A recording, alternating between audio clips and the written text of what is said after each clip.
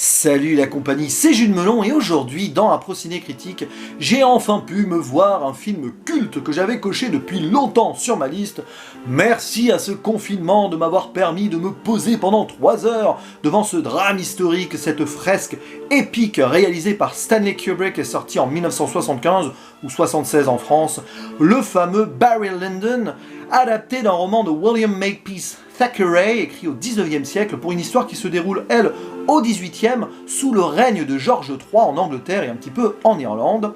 Au casting de ce métrage, on retrouve Ryan O'Neal dans le rôle titre d'un homme qui s'appelait au début de sa vie Redmond Barry, son épouse, interprétée par Marissa Berenson, et son beau-fils par 2 acteurs, Dominic Savage, enfant, et Liam Vitali, adolescent jeune adulte, qui deviendra d'ailleurs l'un des meilleurs amis de Kubrick et un de ses collaborateurs dans la suite de sa carrière. Citons également Patrick McGee et d'autres acteurs de séries britanniques assez connus à l'époque, notamment Chapeau melon et bottes de cuir, pour compléter ainsi le casting. Alors, quelle est l'histoire de ce Barry Lyndon ? Celle assez simpliste et limpide de base du fameux Rise and Fall d'un homme à qui rien ne destinait telle vie, quelque part. Et donc nous allons suivre pendant presque 30 ans de vie, je crois, la montée en puissance, les fastes, la gloire et la fortune d'un homme qui, au début de sa vie, n'est pas grand-chose. Il voit son père mourir, il va effectuer un duel, ah oui, c'est très chevaleresque comme film, il va devoir s'exiler et là,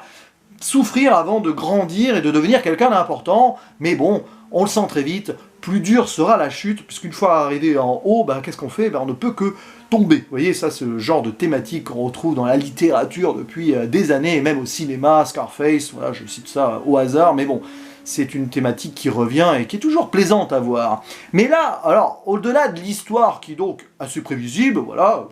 on s'attache quand même à certaines choses, il se passe des moments où on a le cœur qui bat, parce que oui, c'est marquant, mais au-delà de tout ça, c'est surtout l'esthétique du métrage qui est à saluer. J'ai pris une grosse claque cinématographique, tout simplement. Alors, on connaît Stanley Kubrick, un grand metteur en scène,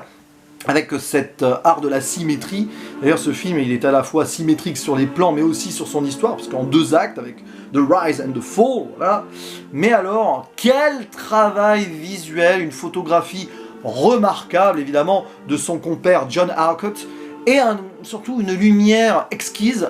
totalement naturelle, en intérieur avec des bougies, voilà, et en extérieur, donc avec le soleil ou autre coucher de soleil, etc., etc., il se dégage de ce Barry Lyndon un sentiment de réalisme total, et c'était voulu par Kubrick qui voulait en faire un documentaire, comme si on avait volé des images d'archives du XVIIIe siècle, ce qui est impossible évidemment, mais on s'y croirait, et pas qu'au niveau des décors aussi, ou des costumes, mais donc par rapport à cette ambiance remarquable. Les acteurs sont justes, Ryan O'Neal est parfait, mais les autres également, même le jeune Dominic Savage, qui est terrible de haine envers son beau-père dans ce rôle d'enfant, de ce qu'elle s'appelle comment, Lord Bullingdon, pardon. Et ils sont tous au diapason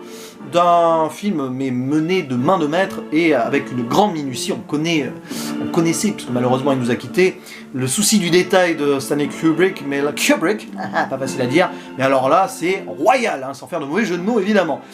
Et je ressors de là bluffé. C'est un film intemporel qui a quand même 45 ans et qui, entre guillemets, n'a pas vieilli, parce que tu fais un film d'époque aujourd'hui, tu n'arriveras pas à obtenir un résultat aussi profondément juste que celui-ci. C'est absolument incroyable, tout simplement. Après, l'histoire en elle-même n'est peut-être pas extraordinaire, dans le sens où moi je suis pas spécialement fan des films chevaleresques, mais pourtant, avec cette ambiance-là, tout te paraît mais profondément clair, et tu ne peux que t'impliquer à 100% au visionnage de ce film. Je ressors de là en me demandant si c'est pas l'un des meilleurs films de Kubrick que j'ai jamais vu, et pourtant, c'est marrant, c'est pas le contexte qui m'intéresse en premier lieu. Je le mettrai en parallèle avec Full Metal Jacket dans mes préférés, et oui, même si les Shining, 2001 Odyssée de l'espace ou Orange Mécanique évidemment sont exquis aussi, et il faut que je revoie Eyes Wide Shut, que j'avais très vaguement vu à l'époque, donc il faut vraiment que je le revoie, et puis il y en a d'autres que je dois rattraper, comme Lolita, voilà, pour ne citer que celui-là, mais franchement, c'est grandiose. C'est difficile parce qu'en impro ciné critique, comme ça, après avoir vu 3 heures de chef-d'œuvre, ainsi, il est difficile de poser les mots, à part donc saluer l'aspect technique, la minutie donc des plans et les personnages, il y en a quelques-uns qui sont assez marquants. Bon, évidemment Barry Lyndon lui-même, mais aussi, alors on le voit pas beaucoup dans le film, mais le chevalier de Ballybarry, joué par Patrick McGee, qui est assez extraordinaire et qui va déclencher, on va dire, l'élément perturbateur qui va changer la vie de Barry Lyndon après quelques moments de souffrance dans l'armée, etc. Et puis voilà, tout ce qui est duel aussi, que ce soit au pistolet ou à l'épée, le moment aussi de manipulation du personnage principal qui est tout sauf manichéen, c'est pas juste quelqu'un, oh tiens,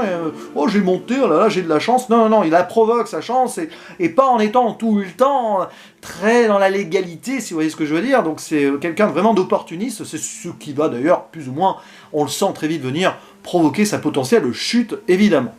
Voilà, c'est extraordinaire, et puis bon, la fin te ramène aussi à une certaine forme de réalité, comme quoi, de toute façon, qui que nous soyons sur cette terre, nous finissons tous de la même façon, nous sommes tous égaux, qu'on ait été méchants, gentils, riches ou pauvres, la finalité est la même pour tous. Il y a ce message final que j'ai ressenti, comme ça, c'est bizarre, mais voilà, c'est remarquable. Je vais finir quand même avec la petite cerise sur le gâteau, c'est la bande-son.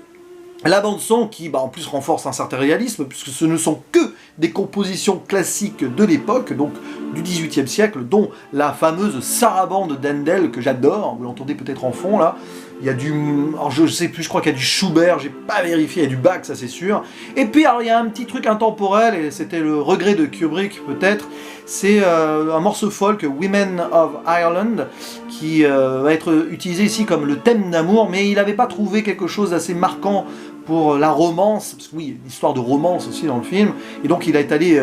piocher vers donc cette petite mélodie folk du début du 19e, je crois, enfin j'ai pas ça sous la main, mais c'est pas tout à fait d'époque, voilà. Mais c'est le seul détail non réaliste de l'ensemble. Quand tu regardes ce film, tu ressors de là, tu as voyagé dans le temps, et moi je trouve ça extraordinaire. Même si le genre film historique comme ça n'est pas mon domaine de prédilection, là je ne peux que saluer une œuvre qui restera probablement dans les annales du cinéma encore dans plus de 100 ans. Mais bon, en même temps, Kubrick, je crois que ça va être le réalisateur qui va laisser la plus grande empreinte peut-être dans 200 ou 300 ans, tant il a fait des films qui ont marqué l'histoire et qui ont inspiré les autres surtout. Mais bon, lui parmi tant d'autres. Voilà, c'est tout ce que j'avais à dire, et c'est déjà pas mal sur ce Barry Lyndon, que je vous conseille de voir ou de revoir très vite, si c'est pas le cas, si vous l'avez pas fait, ou si vous ne l'avez pas encore découvert, en grosso modo, parce que ça coupe le souffle, et on en a besoin en ce moment, de moments comme ça, d'évasion, tout en étant plongé dans une forme de réalisme très marquant sur le plan humain. À la prochaine, ciao.